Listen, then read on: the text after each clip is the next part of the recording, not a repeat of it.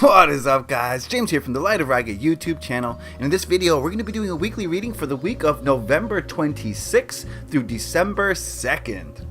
That's right, December is upon us, friends, and I don't know where the time went, to be honest with you.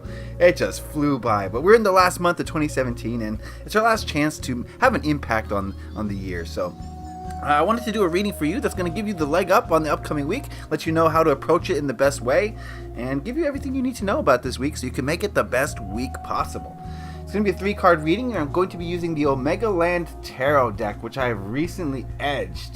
Oh, and it looks so much better. So much better. If you want to learn more about this deck, I have a deck review on my channel. I'll link it in the cards. This is a post-apocalyptic theme deck. There's not too many of these around, but I don't know. I just was drawn to use it today, so that's what we're going to be using. So I would appreciate it if you give me a moment to center myself and ask the tarot cards a question. What do we need to know about this upcoming week?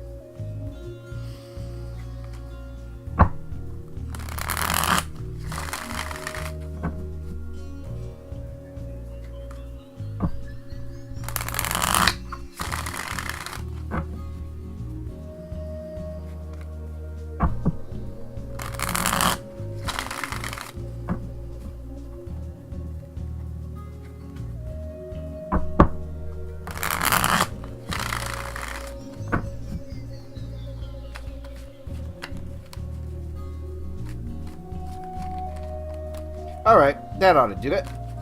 We'll cut the deck and deal out 3 cards.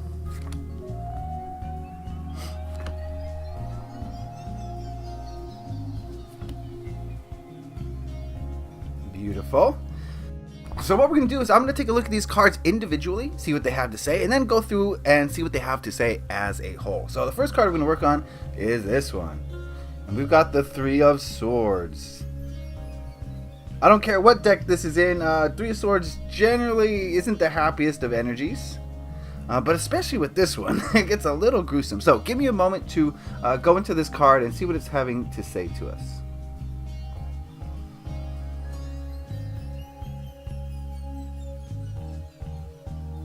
Okay, the message I'm getting here is that things don't always work out the way they're supposed to. And before I go any further, remember this is a general overall reading, and not everything applies to everybody. But these cards do possibly mean something to you, so take the meaning that they mean to you and apply it to your life. But I get the feeling that this week there's going to be hardships, there's going to be struggles, there's going to be obstacles, and with these struggles, hardships, and obstacles are going to come with a lot of disappointment.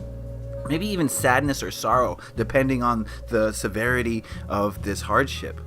And for a lot of you, this will be like a romantic hardship. Maybe troubles with your significant other or with potential mates, or maybe this could be with good friends. But I do get the feeling of maybe some passion being interwoven with this hardship. So something to do with something or someone that you're passionate about. And the message here is that, you know, no matter who you are, I don't care who you are, you're going to go through these trials and tribulations. You're going to go through these struggles. They're going to be popping up all the time, no matter what level of ascension you're on. But you get to decide how to react to them. And that is what kind of separates the wheat from the chaff. Okay, that's what separates the men from the boys, the girls from the ladies. I don't know what I'm saying. All I'm trying to say is that the way that we respond to these hardships is really what creates the energy surrounding these hardships. For instance, if, like in this instance, you get into a battle with crossbows and everyone's end up dead except you, there's something to take away from this. And yes, there's sorrow, there's, you know, you've lost a loved one, right? But the positive to take away from this is that you shouldn't be playing around with crossbows. Nothing good comes from it. And if you can learn that lesson, then, you know, then there's some positivity in this hardship. And that's an extreme example, okay? I don't think the examples are going to be that extreme for you this week unless you like to play with crossbows. But what I'm trying to say is that it's up to you. Totally up to you how you respond to these events. And there's a positive in every single situation, and that positive is equal in size to the negatives. Just a matter of you being able to perceive them. All right, let's move on over to the next card. We've got The Queen of Swords. Oh my. Give me a moment with this one.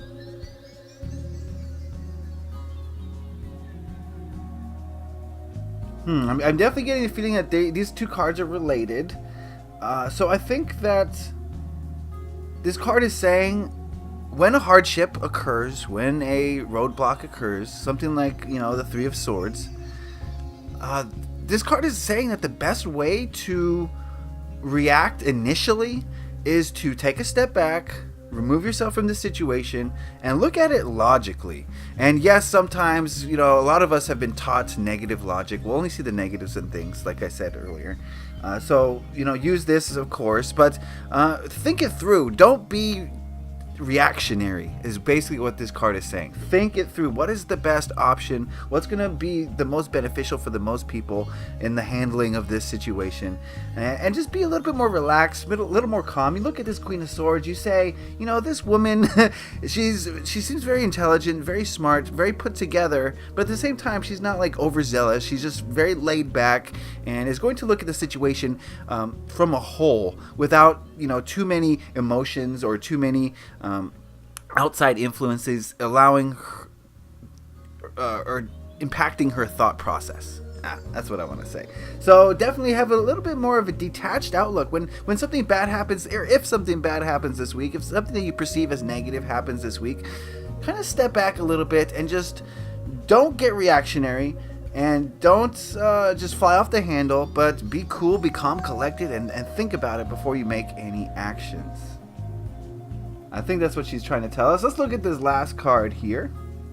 I knew it would be a sword before I turned it over. I should have said something. But I knew it was going to be a sword.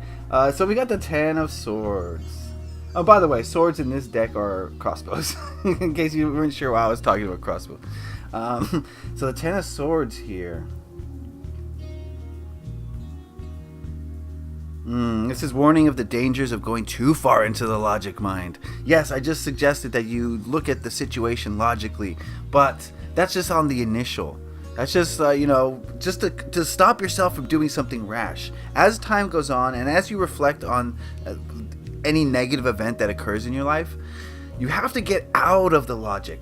Because the logic mind is like I said, it's a fear-based program. It's negative-based, and it's going to find the negatives, and it's going to amplify the negatives, and they're going to keep on amplifying until you get to this point here where you're just totally exhausted, inundated by negative energy, and you just can't do it anymore. And we don't want to get to that point, do we, friends? So what this card is suggesting is that, the logic mind, the brain, is very important for figuring out problems, but you have to remember to stay balanced. You have to remember your emotions. You have to remember your intuition. You have to remember the external resources around you. These are all considerations that have to go into how you respond to anything.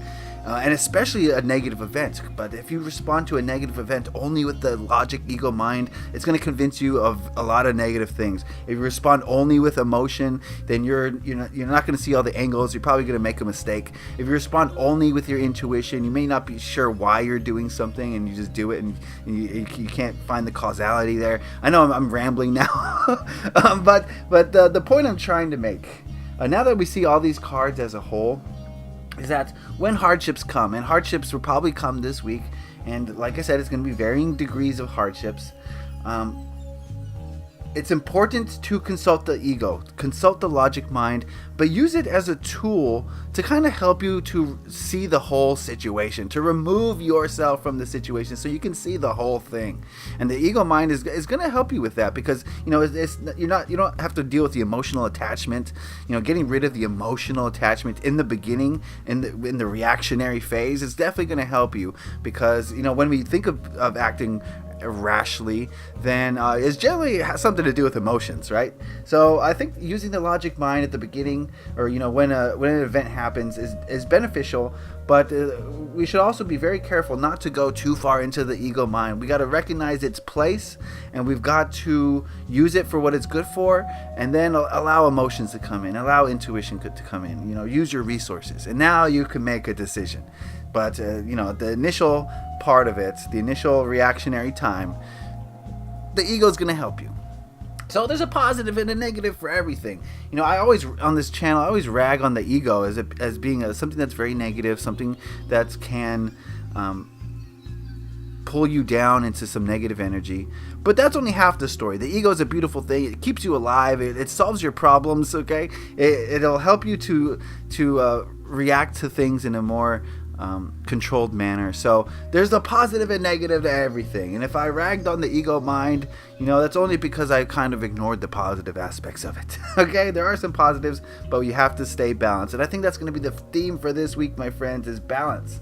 And reacting and responding to negative situations in a cool, calm, collected, balanced way. All right, so I hope that made sense. It's good. It's an interesting reading, I must say.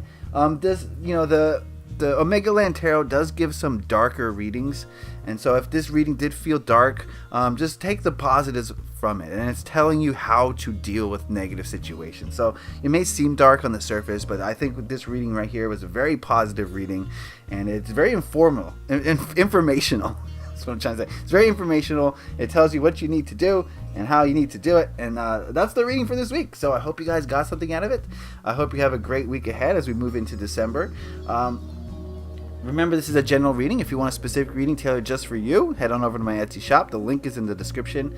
If you have any questions, comments, or concerns, anything you want to say about this reading, put those in the comment section below. If you like this video, I'd appreciate you clicking that like button. Lets me know that you enjoyed it, got something out of it.